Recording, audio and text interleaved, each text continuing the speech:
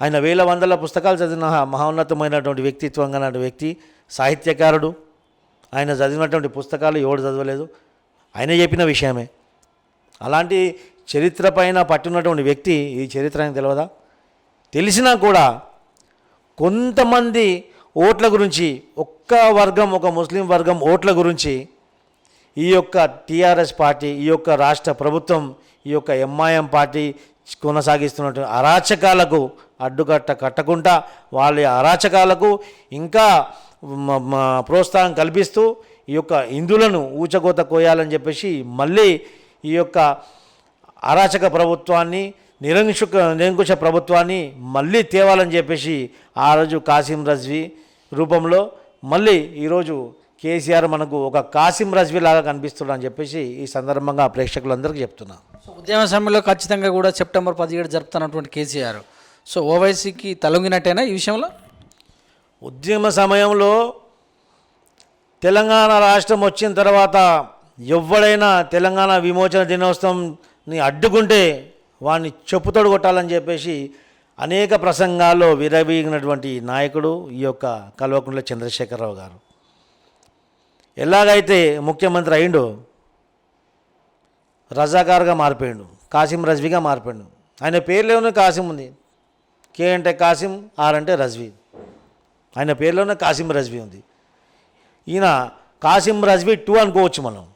కాసిం రజ్వీ 2 కాబట్టి ఈ ఎంఐఎంకి అనుకూలంగా ఏ పనైనా కానీ ఎంఐఎం అనుకూలంగా చేస్తారు. ఈరోజు చూడండి, గణేష్ నిమజ్జనాన్ని, వినాయక నిమజ్జనాన్ని కోర్టులో ఏదో కారణంగా కోర్టు మీరు అక్కడ ట్యాంక్ బండ్లో నిమజ్జనం చేయొద్దని చెప్పేసి ఒక తీర్పునివ్వడం జరిగింది. అప్పుడు ఏ విషయంలో ఏం ఆలోచించుకొని ఏ దృష్టితోటి కోర్టు ఆ నిర్ణయం ఇచ్చిందో, ఎందుకంటే రాజ్యాంగం ప్రకారంగా మనం ఒక నిజమైనటువంటి భారతదేశం పౌరులం కాబట్టి కోర్టు యొక్క నిర్ణయాన్ని మనము విమర్శించే అధికారం ఏ యొక్క పౌరుడికి లేదు కాబట్టి నా విమర్శల్లోకి పోకుండా కోర్టు ఇచ్చినటువంటి ఒక తీర్పుని ఈ తీర్పు పైన ఈ యొక్క ఉన్నటువంటి లక్షలాది కోట్లాది హిందువుల తరపున మీ యొక్క వాదన వినిపించడంలో విఫలం చెందినటువంటి ప్రభుత్వం ఈ యొక్క టీఆర్ఎస్ ప్రభుత్వం. సరైనటువంటి వాదనను వీళ్ళు వినిపించలేదు. అయినప్పటికీ సుప్రీంకోర్టుకి వెళ్ళి మా యొక్క హిందూ సోదరులు, మా యొక్క హిందూ అడ్వకేట్లు సుప్రీంకోర్టుకి వెళ్ళి మళ్ళీ ట్యాంక్ బండ్లో వినాయకుని యొక్క నిమజ్జనం చేయొచ్చు అని చెప్పేసి పర్మిషన్ తీసుకొచ్చిండ్రు. మరి యథావిధిగా మరియు నిమజ్జన కార్యక్రమం కూడా జరుగుతుంది. అంటే ఏ విధంగా ఈ యొక్క హిందువుల యొక్క మనోభావాలను దెబ్బతీసే ప్రయత్నం ప్రభుత్వం కనుసంధానంలో జరుగుతుందో ఒకసారి ఈ యొక్క హిందువులందరూ కూడా ఆలోచించే అవసరం ఉంది. మళ్ళీ ఈ యొక్క హిందుత్వం, ఈ యొక్క సనాతన ధర్మం మళ్ళీ కష్టాల పాలయ్యే ఒక అవసరం దినం దగ్గర వచ్చిందని చెప్పేసి ప్రతి ఒక్క హిందువులకు కూడా చెప్తున్నా ఈరోజు. సో మొత్తమే చూస్తే విశ్లేషకులుగా ఉన్నటువంటి మీరు, వివిధ పార్టీలో పనిచేసినటువంటి వ్యక్తులు బీజేపీ వైపు వెళ్తున్నారు అనేటటువంటి ఒక వినబడుతుంది. నిజమేనా? ఇందులో వాస్తవం ఎంత ఉంది? ముమ్మాటికి నిజమండి. ఎందుకంటే నేను కొన్ని సంవత్సరాలు కాంగ్రెస్లో కూడా పనిచేసా, తెలుగుదేశం పార్టీలో జైల్లో కూడా పోయినా, చంద్రబాబు వెంబడి పోలీసుల లాఠీలు దెబ్బలు తిన్నా, అనేక ఉద్యమాలు చేసిన. ఒక బహుజనుడిగా, ఒక బీసీగా మేము చేస్తున్నటువంటి యాక్టివిటీని ప్రోత్సహించడం జరుగుతుంది ప్రతి పార్టీలో. తర్వాత వడ్డించే వరకు మంచిగా ఉంటుందండి. వడ్డించేటప్పుడు ఏమవుతుందంటే పక్కోడి ఆకులో చక్కెర వేస్తారు, మా ఆకులో ఉప్పు వేస్తారు. ఎందుకురా అంటే ఆ కారణం చెప్పరు మాకు. అప్పుడు మాకేం అడగడం జరుగుతుంది, మీ ఏ కులం? ఏ కులం అంటే తెలిసిపోయింది, కుల వివక్ష. స్థాయికి, రాజకీయ స్థాయికి చేరలేదన్నట్టనా? అదే కదా జరుగుతుంది. టికెట్కి వచ్చేసరికి పని చేయించుకునేటప్పటికి మేము యాక్టివ్ కార్యకర్తలము, మాకు రాష్ట్ర స్థాయిలో మాకు పోస్టులు ఉంటాయి, పార్టీలో ప్రోగ్రామ్ కమిటీ మెంబర్ వరకు కూడా మమ్మల్ని చేస్తారు, ప్రతి స్టేజ్ పైన మమ్మల్ని ఎక్కుంటారు. చట్టసభలో పోయే అవకాశం మేము అడిగితే మాత్రం, టికెట్ వరకు వస్తే మాత్రం అప్పుడు కుల సమీకరణ అవసరం వాళ్ళకు పేరుతో మమ్మల్ని దూరం పెట్టడం జరుగుతుంది. అదేవిధంగా బాబాసాహెబ్ అంబేద్కర్ గారు ఒకటే విషయం చెప్పారు, కులం రాజకీయ ప్రాధాన్యత లేనటువంటి కులాలన్నీ కూడా అంతరించిపోయే ఒక ప్రమాదం ఉంది. అంతరించే ప్రమాదం కాదు, రాజకీయ ప్రాధాన్యత లేనటువంటి కులాలన్నీ కూడా అంతరించిపోవడం ఖాయమని చెప్పేసి బాబాసాహెబ్ అంబేద్కర్ రోజు రాజ్యాంగ రచయితనే ఆ రోజు చెప్పినారు. ఈరోజు బహుజనులు బీసీలు 50% ఉన్నారు. పరిపాలించేది ఎవరండి? మొత్తం ఓసీలే, రెడ్డిలు, వేలుమలు. ఈరోజు చూడండి, ఇంత బీసీలు ఉన్నారు. ఏ పార్టీకైనా కానీ బీసీ అధ్యక్షుడు ఉన్నాడా? రేవంత్ రెడ్డి, ఉత్తమ్ కుమార్ రెడ్డి, ఆడ కోదండరామ్ రెడ్డి, ఇక్కడ ఈ దొరలాయ్. ఇక మా బహుజనులకు భవిష్యత్తు ఎక్కడుంది? రాజకీయ భవిష్యత్తు ఎక్కడుంది చెప్పండి. అదేవిధంగా ప్రతి పార్టీలో పనిచేసినాను. కాకపోతే దేశం కొరకు ఇప్పుడు గండాయల నాయి లాంటి ఈ యొక్క స్వాతంత్ర సమరయోధుల యొక్క చరిత్ర చదివిన తర్వాత, వాళ్ళని యొక్క చరిత్రని అవధానం చేసుకున్న తర్వాత, రాజకీయ అవకాశం దొరికినా దొరకకపోయినా దేశం గురించి పనిచేసే అవకాశం దొరకడం మన యొక్క జీవితానికి, పుట్టినటువంటి మనిషి పుట్టుకకు మన జీవితానికి సాధికారం చేసినట్టు అవుతుందని చెప్పేసి, మనకు జన్మ ధన్యమవుతుందని చెప్పేసి ఆలోచించి రాజకీయ ప్రాధాన్యత దొరికినా దొరకకపోయినా దేశానికి కొంచెమో చానో ఈరోజు దేశానికి కాపాడే, దేశ యొక్క సమగ్రతను, ఈ ప్రపంచవ్యాప్తంగా ఉన్నటువంటి హిందువులను, సనాతన ధర్మాన్ని కాపాడే యొక్క కార్యక్రమం ఉడతాభక్తిగా అయినా చేస్తున్నటువంటి పార్టీ ఏదంటే బీజేపీ. అది జగమెరిగిన సత్యం. అందుకే నేను ఒక హిందువాదిగా, నేను ఒక హిందూగా ఈ యొక్క సనాతన ధర్మాన్ని కాపాడే యొక్క బాధ్యత నా పైన కూడా ఉంటుంది. నా యొక్క రక్తం ప్రతి బొట్టులో ఉంటుంది. కాబట్టి ఈ యొక్క సనాతన ధర్మాన్ని అనుసరించేటువంటి పార్టీ బీజేపీ. కాబట్టి ఆర్ఎస్ఎస్ భావాలతో ముందుకెళ్ళేటువంటి పార్టీ. కాబట్టి ఈ యొక్క పార్టీలో చేరడం చెప్పేసి ఈ రీసెంట్గా నేను కేంద్ర మంత్రి కిషన్ రెడ్డి గారిని కలవడం జరిగింది. మరి మన యొక్క పార్టీ ప్రముఖులు దత్తాత్రేయ గారు, వారిని కూడా కలవడం జరిగింది. ఇప్పుడు బండి సంజయ్ గారి యొక్క పాదయాత్రలో బ్రేక్ వచ్చిన తర్వాత వారి యొక్క ఆధ్వర్యంలో త్వరలో బీజేపీ పార్టీలో చేరి ఈ ఎంఐఎం పార్టీ చేస్తున్నటువంటి అరాచకాలపైన దాదాపు 22 లీగల్ కేసెస్ నేను రెడీ చేయడం జరిగింది. న్యాయ పోరాటం ప్రజాస్వామ్యబద్ధంగా ఈ యొక్క ఎంఐఎం అరాచకాలను, ఈ టీఆర్ఎస్ పార్టీ అరాచకాలని ప్రజల్లోకి తీసుకొచ్చి నా వంతు సేవను ఈ దేశానికి చేయాలని చెప్పేసి ఉద్దేశంతో బీజేపీలో చేరుతున్నానని చెప్పి ఈ సందర్భంగా తెలియజేస్తున్నాం. టీఆర్ఎస్ పార్టీకి రాబోయే 20 సంవత్సరాల్లో మేమే అంటున్నాం, మేము ప్రజలకు రైతు బంధు లాంటివి చాలా పథకాలు పెట్టినామంటారు కదా, దీని మీద ఒక విశ్లేషకులుగా ఏం చెప్తారు? అలా రైతు బంధు ఓకే. ఇప్పుడు రైతు బంధు అంటారు. రైతు బంధు రావడానికి ముఖ్య ఉద్దేశం ఏం చెప్పండి? రైతుల మీద ప్రేమ కాదన్న. రైతుల మీద నిజమైన నీకు ప్రేమ ఉంటే వాళ్ళు పండించినటువంటి ధాన్యం ఆడ మండిలో తెచ్చుకొని మార్కెట్లో పెట్టుకుంటే వర్షంకు నానిపోయి మొలకెత్తుతుంటే మీ ప్రభుత్వం తరఫు నుంచి ఏ ఒక్క కలెక్టర్ కానీ, ఏ ఒక్క రాజకీయ నాయకుడు కానీ, ఏ ఒక్క మంత్రి కానీ వాళ్ళని పరామర్శించలే. వాళ్ళు కొనుగోలు చేయమని చెప్పేసి రోడ్ల మీద పడి రాస్తారోకోలు ధర్నాలు చేస్తుంటే వాళ్ళను అరెస్టులు చేస్తున్నటువంటి వ్యక్తివి నీకు రైతుల మీద ప్రేమ ఉందని అనుకోవచ్చా? ఈ రైతు బంధు వెనుక ఒక చాలా పెద్ద కుట్ర ఉందన్న. కేసీఆర్ రాగానే తెలంగాణ రాష్ట్రంలో ఒక్క అంగుళం, ఒక్క గజం ప్రభుత్వం భూమి కూడా కబ్జా గురి కానియమని చెప్పాడు. వచ్చిన సంవత్సరం లోపలనే మొత్తం ఎక్కడెక్కడ భూములు ఉన్నాయి మొత్తం అన్నింటిలో దిస్ ల్యాండ్ బిలాంగ్స్ టు ప్రభుత్వ భూమి అని చెప్పేసి అన్నింటిలో బోర్డులు వాదించాడు. ఆ తర్వాత ముఖ్యంగా మూసీ పరివాహ ప్రాంతాల మొత్తం బోర్డులు వాదించాడు. ఆ తర్వాత జియో 59 అని ఒకటి తీసుకొచ్చాడు. మీరు ఇన్ని సంవత్సరాల ఆ భూమిని అనుభవిస్తున్నట్టయితే ఆ భూమి మీ ఇదే అని చెప్పేసి ఒక జియో 59 జియో ప్రకారంగా ఈ అన్ని మూసి పరివాహ ప్రాంతాలన్నీ కూడా ఈ ఎంఐఎం అధ్యక్షుడు అసదుద్దీన్ అనుచరులు ఈ ఎంఐఎం కుక్కలన్నీ కబ్జాలు చేసి ఫంక్షన్ హాల్లో కట్టుకోవడం జరిగింది. అందరిని రెగ్యులరైజ్ చేసి పడేశారు. అది ఒకటి. ఆ తర్వాత సమగ్ర భూ సర్వే పాస్బుక్లన్నీ తీసి కొత్త పాస్బుక్ సమగ్ర భూ అందరూ సబ్మిట్ చేశారు. అన్ని డాక్యుమెంట్స్ సబ్మిట్ చేసిన సమగ్ర భూ సర్వే చేసి ఎక్కడెక్కడెక్కడ భూములు ఉన్నాయి. భూములలో పట్టదారులు అనుభవిస్తున్న భూమి ఎంత, కౌలుదారులు అనుభవిస్తున్న భూమి ఎంత, కబ్జాదారులు అనుభవిస్తున్న భూమి ఎంత చూస్తే 70% భూములంతా కౌలుదారులు కబ్జాదారుల పేర్లోనే ఉన్నాయి.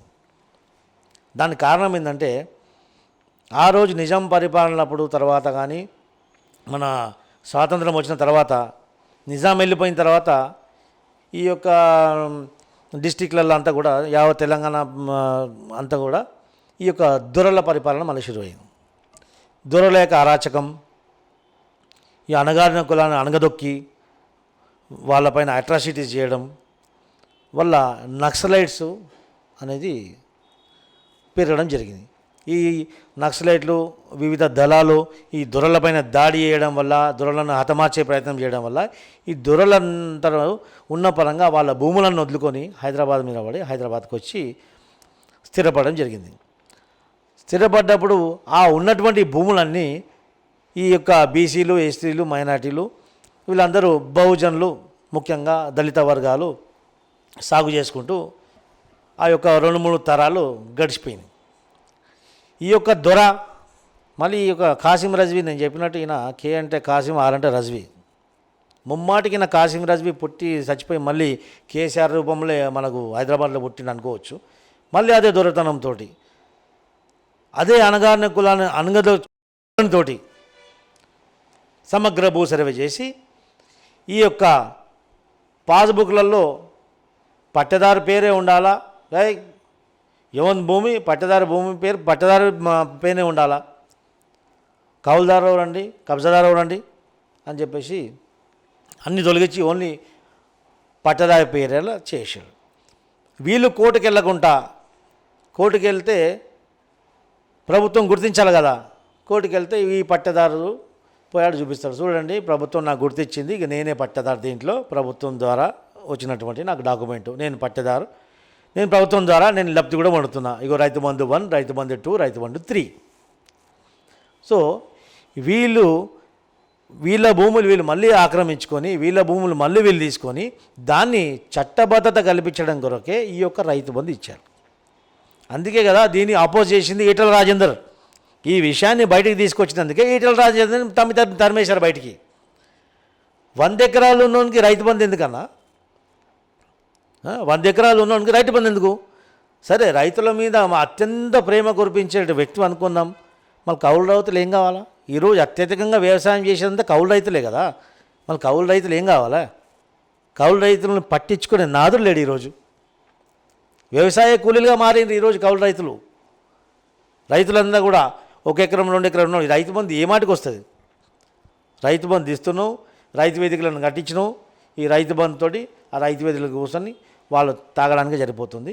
ప్రతి గ్రామంలో కూడా బెల్ట్ షాపులు ఓపెన్ చేయడం, వాళ్ళకు బెల్ట్ షాపులకు, వీళ్ళకు వైన్ షాపులకు టార్గెట్లు పెట్టి మద్యాన్ని విక్రయించడం, ఈ హరిజనులను, బహుజనులను, గిరిజనులను చదువుకు దూరం చేసి మీకు బర్రెలు ఇస్తాం బతకండి, గొర్రెలు ఇస్తాం బతకండి, వాళ్ళకు బర్రెలకు, గొర్రెలకు, గాడిదలకు పాలు చేసి తాగుబోతులను తయారు చేసి మళ్ళీ ఒక దొరల పరిపాలన మళ్ళీ తీసుకొచ్చినటువంటి ఈ యొక్క ప్రభుత్వం, ఈ యొక్క దొరల ప్రభుత్వం, నిరంకుశ ప్రభుత్వం, ఈ యొక్క రైతు బంధు వెనుక ఉన్నటువంటి యొక్క విషపూరితమైనటువంటి విషబీజం ఈ యొక్క రైతు బంధు.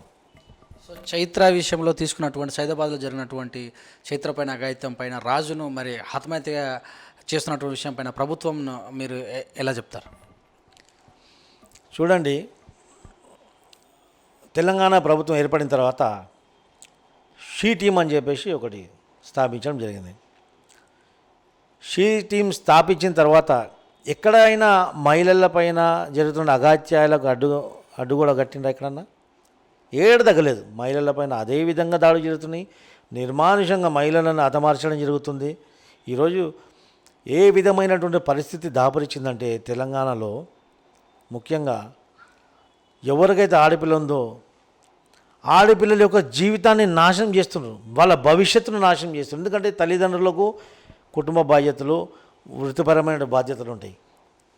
తల్లో తండ్రో ఇంట్లో ఉండి ఎవరికి ఆడపిల్ల పుడుతుందో ఆడపిల్ల కడప నుంచి బయటికి దాటేటువంటి పరిస్థితి ఈరోజు లేకుండా పోయింది. ఈ యొక్క ఉన్మాదులు అనునిత్యం ప్రతి ఇంటి చుట్టూ, ప్రతి బస్తీలో, ప్రతి వాడలో ఈ యొక్క ఉన్మాదులు తిరగడం వల్ల ఆడపిల్ల పసికందు దగ్గర నుంచి 6 నెలల పాప నుంచి 60 ఏళ్ళ ముసలి వ్యక్తి వరకు కూడా అభద్రతా భావంతో ఈరోజు మహిళలు ఉన్నారు. అటువంటి పరిస్థితి, ఈ యొక్క మహిళల యొక్క భవిష్యత్తు ప్రశ్నార్థకంగా మారుతున్నటువంటి ఈ సమయంలో ఈ తెలంగాణ రాష్ట్రం కానివ్వండి, భారత ప్రభుత్వమే కానివ్వండి, ఈ యొక్క అరాచకాలని చేస్తున్నటువంటి వ్యక్తులపైన చట్టబద్ధంగా ఇప్పుడు ఈరోజు చేసినటువంటి చర్య దిశ రేప్ కేసులో వాళ్ళ ఎన్కౌంటర్ కానివ్వండి, ఈరోజు రాజు యొక్క ఆత్మహత్య ఘటన అనుకోండి, పోలీస్ హత్య అనుకోండి, కొంతమంది ప్రజా సంఘాలు వాళ్ళు ఇది ఒక హ్యూమన్ రైట్స్ వైలేషన్ అంటారు అని కూడా కొంతమంది అంటున్నారు. కొంతమంది ఇది ఆత్మహత్య కాదు, హతమార్చి అక్కడ రైలు ట్రాక్ పైన పడేసి, ఏదేమైనప్పటికీ కూడా ఇది హర్షించదగ్గ విషయం. కాకపోయింటే ఒక నిమిషం వినండి, నిర్భయ అనే యొక్క అమ్మాయిని లైంగికంగా వేధించి హతమార్చడం జరిగింది. ఆ యొక్క హంతకుల్ని, ఆ యొక్క మానవ మృగాల్ని అరెస్ట్ చేసి వాళ్ళని ఉరికంబానికి ఎక్కించడానికి ఈ యొక్క దేశ ప్రభుత్వానికి 8 సంవత్సరాలు పట్టింది.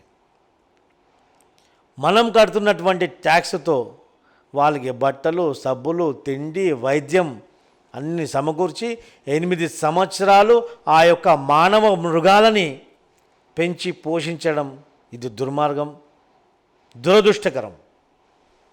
అలాంటి వ్యక్తులకు మన దేశంలో కొంతమంది న్యాయవాదులు వాళ్ళ తరఫు నుంచి వాదించడానికి కూడా కోర్టులలో వచ్చారు. మా యొక్క వృత్తి ధర్మం అండి, నేరస్తులు ఎవరైనా కానీ నేరస్తుల పక్షాన మేము వాదించడం మా యొక్క వృత్తి ధర్మం అంటారు.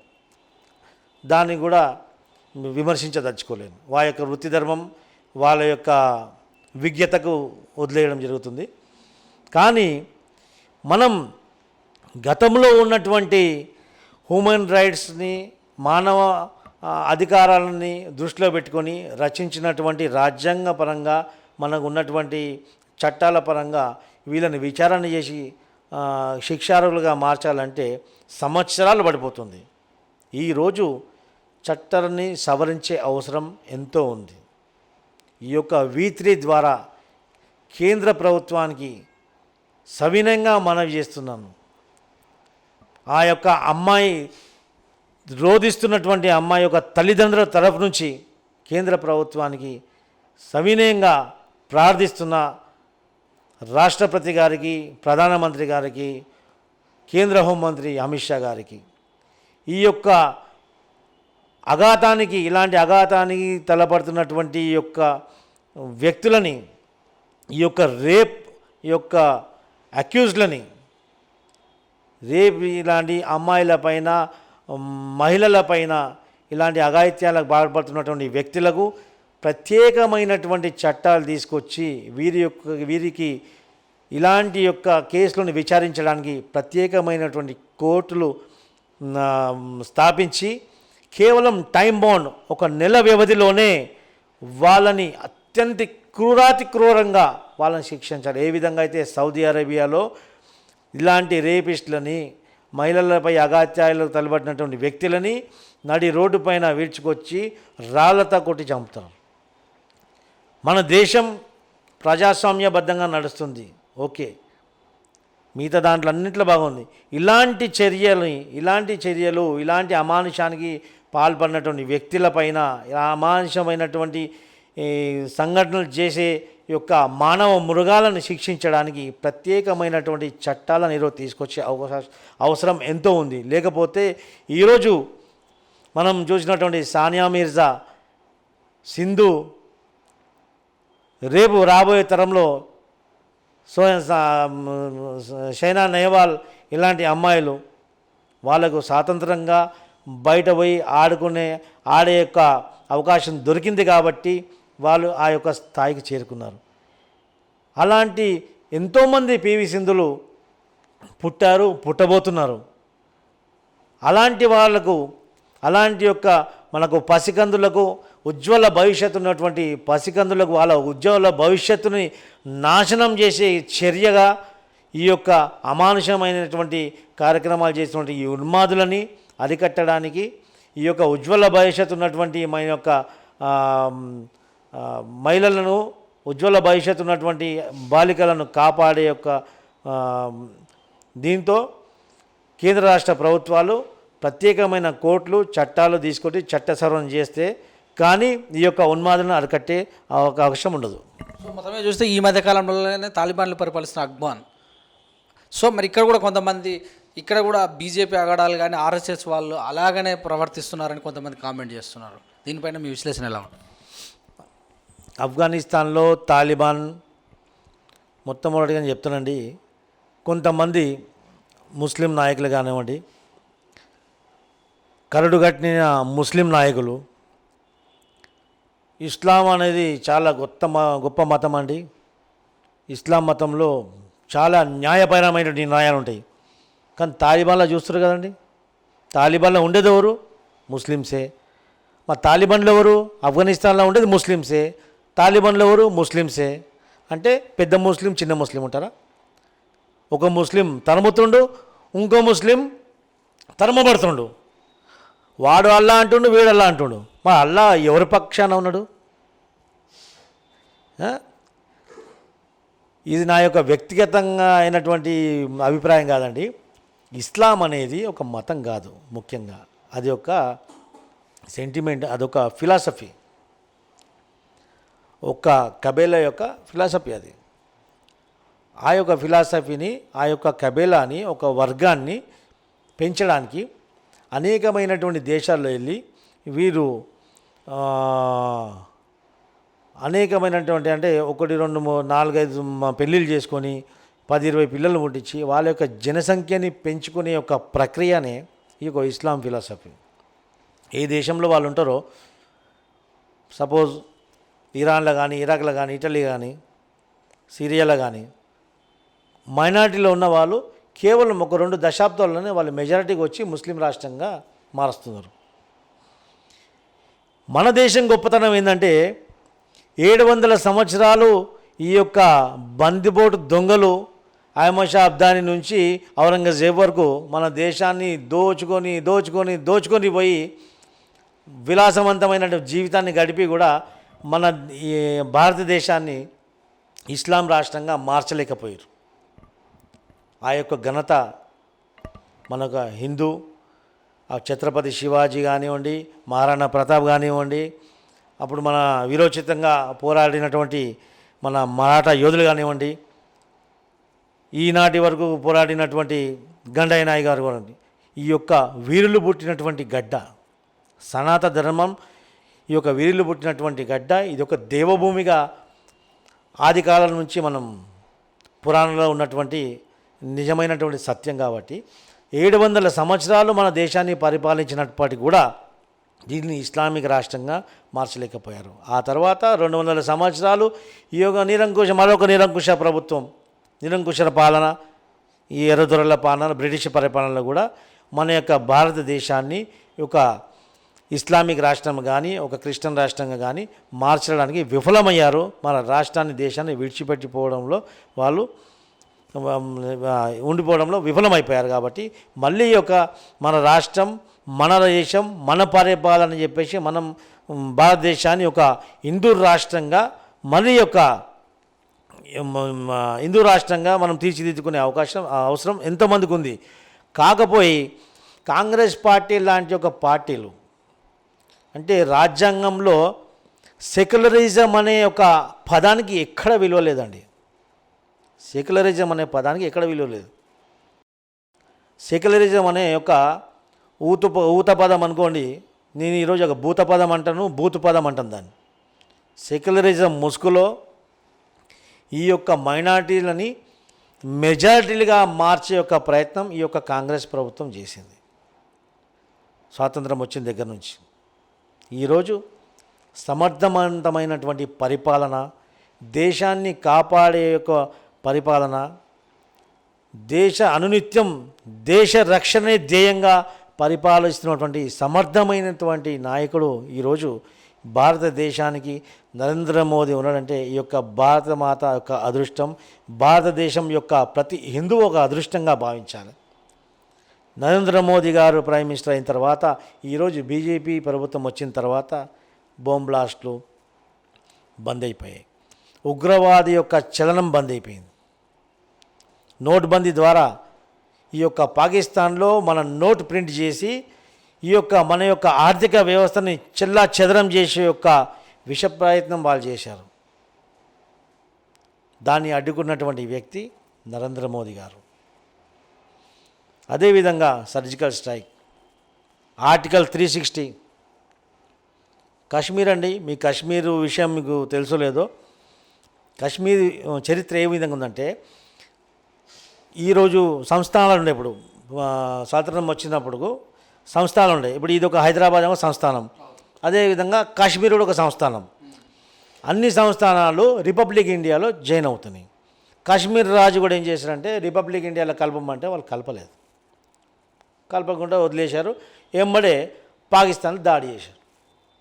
పాకిస్తాన్ దాడి చేసి శ్రీనగర్ వరకు పాకిస్తాన్ యొక్క సేన శ్రీనగర్ వరకు వచ్చేసిన తర్వాత అప్పుడే ఒక అది కాశ్మీర్ రాజు మన భారత ప్రభుత్వానికి రాయబారం పంపించాడు. నేను అన్కండిషనల్గా నేను ఈ యొక్క కాశ్మీర్ని స్వతంత్ర భారతంలో విలీనం చేయడానికి రెడీగా ఉన్నాను, నాకు మీరు మద్దతు ఇవ్వండి అని చెప్పేసి ఒక పిలుపునివ్వడం వల్ల ఆగమేఘాల మీద మన భారత పౌరులు, భారత జవాన్లు వీరోచితంగా పోరాడి తరిమి కొట్టారు పాకిస్తాన్ సేనని. తరిమి కొట్టిన తర్వాత అక్కడి నుంచి ఒక మెసేజ్ రావడం జరిగింది. డిఫెన్స్ మినిస్టర్ అప్పుడు సర్దార్ వల్లభాయ్ పటేల్, మన యొక్క సైనికులు, సేనాధిపతులు అక్కడి నుంచి మెసేజ్ ఒకటే అడిగారు, నాకు ఇంకా 24 గంటలు ఇవ్వండి, 24 గంటల్లో రావల్పిండి మనం కైవసం చేసుకుంటాం, మొత్తం పాకిస్తాన్ మన కైవసం అయిపోతుందని చెప్పేసి అనగానే మన సెక్యులర్ నాయకుడు, గులాబీ వీరుడు జవహర్లాల్ నెహ్రూ గారు సర్దార్ పటేల్కు తెలియకుండానే సీజ్ ఫైర్ అనౌన్స్ చేశారు. సీజ్ ఫైర్ అంటే యుద్ధ విరామం, యుద్ధం జరుగుతుంది, ఇక్కడ డిఫెన్స్ మినిస్టర్కి ఇన్ఫర్మేషన్ లేకుండా సీజ్ ఫైర్ అనేది ఒక ఒప్పందం చేశారు. యుద్ధ విరామం చేస్తున్నాం, we will settle this issue with the interference of third country. అంటే ఒక మూడో దేశం యొక్క ప్రమేయంతో మేము అమికబుల్గా కూర్చొని ఇది డిస్కస్ చేసుకొని సాల్వ్ చేసుకుంటాం, ఇమ్మీడియట్లీ మేము యుద్ధ విరామం చేస్తాం. యుద్ధ విరామం ప్రకటించారు. అక్కడ జిన్నా, ఇక్కడ జవహర్లాల్ నెహ్రూ. జిన్నాకు జవహర్లాల్ నెహ్రూకు ఉన్నటువంటి సంబంధాలు, ఏ విధమైనటువంటి సంబంధాలు అనేది చాలామందికి తెలుసు చరిత్రకారులకు. వాళ్ళ మధ్యలో ఉన్నటువంటి సంబంధాల ద్వారా ఈ యొక్క కాశ్మీర్ని ఆర్టికల్ 360 అనే ఆర్టికల్ అక్కడ తీసుకొచ్చి కాశ్మీర్ని ఒక వేరే రాష్ట్రంగా పెట్టారు. కాశ్మీర్లో భారతదేశపు జెండా, మూవన్నెల జెండా అక్కడ ఎగిరేది కాదు. కాశ్మీర్ జెండా వేరే ఉంటుంది, కాశ్మీర్ జాతీయ గీతం వేరే ఉంటుంది. మీకు ఇంకోటి తెలుసో తెలియదో, మనం ఇక్కడ పోలీసులో యాంటీ ర్యాపిడ్ ఫోర్సు, సిఆర్పిఎఫ్ ఇవన్నీ రిక్రూట్ చేసుకుంటాం పోలీసులో. కాశ్మీర్ పోలీసులో యాంటీ ఇండియన్ ఫోర్స్ అనేది కూడా ఒక ఫోర్స్ ఉండేదండి. ఎంత దురదృష్టం చూడండి, సిగ్గుచేటు. యాంటీ ఇండియన్ ఫోర్స్ అనేది కాశ్మీర్ పోలీసులో యాంటీ ఇండియన్ ఫోర్స్ అనేది ఉండేది. కాశ్మీర్కి సంబంధించిన మహిళలను ఎవరైనా పెళ్లి చేసుకుంటే ఆమె యొక్క పౌరసత్వం పోతుంది అక్కడి నుంచి. కాశ్మీర్లో ఉన్నటువంటి వ్యక్తి, అబ్బాయి కానీ భారతదేశానికి అవుట్ ఆఫ్ కాశ్మీర్ నుంచి బయట ఎవరినైనా మ్యారేజ్ చేసుకుంటే వాడికి అక్కడ పౌరసత్వం పోతుంది. కానీ పాకిస్తాన్ నుంచి ఎవరైనా వచ్చి ఇక్కడ పెళ్లి చేసుకుంటే వాడికి పౌరసత్వం ఇస్తారంట. ఇది ఎక్కడ అంటే వీళ్ళు దేశానికి మేలు చేసినట్ట, కీడు చేసినట్ట ఈ యొక్క కాంగ్రెస్ ప్రభుత్వం, ఆ యొక్క గులాబీ వీరుడు జవహర్లాల్ నెహ్రూ గారు అది చేసి ఆ యొక్క కాశ్మీర్ని ఉగ్రవాద స్థావరంగా మార్చిన ఘనత కేవలం కాంగ్రెస్ పార్టీదే. ఆ ఉగ్రవాద స్థావరాల్ని మొత్తం కాలు కింద చెప్పుతో నలిగేసి మొత్తం ఉగ్రవాదులను తరిమి కొట్టి ఆ రోజు ఆర్టికల్ 360 తీసేసి ఈరోజు స్వతంత్ర భారతంలో మళ్ళీ ఆ కాశ్మీర్ని విలీనం చేసి లద్దాఖ్ ప్రాంతాన్ని కూడా ఈరోజు కైవసం చేసుకున్నటువంటి ఘనత కేవలం బీజేపీ ప్రభుత్వానికి నరేంద్ర మోదీది అని చెప్పి ఈ సందర్భంగా మనవి చేస్తున్నాను. Thank you very much. Thank you అండి, నమస్కారం. సో ఇదండి మరి సుదీర్ఘ చర్చ. మరి మందుల గండయ్య నాయి అంటే గంగారాం ఆర్య వరకు జరిగినటువంటి 1947 నుంచి జరిగినటువంటి పోరాటం స్టార్ట్ చేసుకుంటే మరి 2021 వరకు కూడా కాశ్మీర్ వశం చేసుకున్నటువంటి ఆర్టికల్ 360 ఆర్టికల్స్ వరకు కూడా సంపూర్ణంగా విశ్లేషణ చేసినటువంటి వ్యక్తి, రాజకీయ విశ్లేషకులు, మరి పొలిటీషియన్, మరి వివిధ హోదాలలో పనిచేసినటువంటి వ్యక్తి మనకి ఈరోజు సంపూర్ణ విశ్లేషణ చేశారు. ఈ యొక్క అంశాన్ని మనం ఖచ్చితంగా కూడా V3 న్యూస్లో అప్లోడ్ చేయడమే కాకుండా వీసినట్టు ప్రదర్శించడం కాకుండా మీరు కూడా మీ వంతు బాధ్యతగా షేర్ చేయటం, లైక్ చేయడమే కాకుండా ఈ యొక్క మరి ఏదైతే ఉందో మందుల గండయ్య నాయి యొక్క చరిత్రను తెలుసుకొని మరి ఏదైతే స్వాతంత్ర సమరయోధుడిగా చేసినటువంటి పోరాటాన్ని కూడా ఆ యొక్క పట్టిమను మనం పుంజుపుచ్చుకొని రాబోయే రోజులలో కూడా యువతకు ఆయన యొక్క బయోగ్రఫీ తెలియడమే కాకుండా ప్రభుత్వాలు గుర్తించి ఆయన యొక్క విగ్రహాన్ని ట్యాంక్ బండ్ మీదనే కావచ్చు, అలా సెక్రటరియట్లో కావచ్చు, అక్కడక్కడ పడితే అక్కడ ఆ యొక్క వీరుని యొక్క చరిత్ర తెలుసుకుంటే మనం కూడా రాబోయే రోజులలో కూడా ఒక అంశాన్ని పుణికిపుచ్చుకున్న వాళ్ళం అవుతున్న విధంగా డిమాండ్ చేస్తూ మరి మరొక అంశంతో మరొకసారి కలుసుకుందాం. అంతవరకు చూస్తున్న with news cameraman గురుమూర్తితో me Suresh Dandu.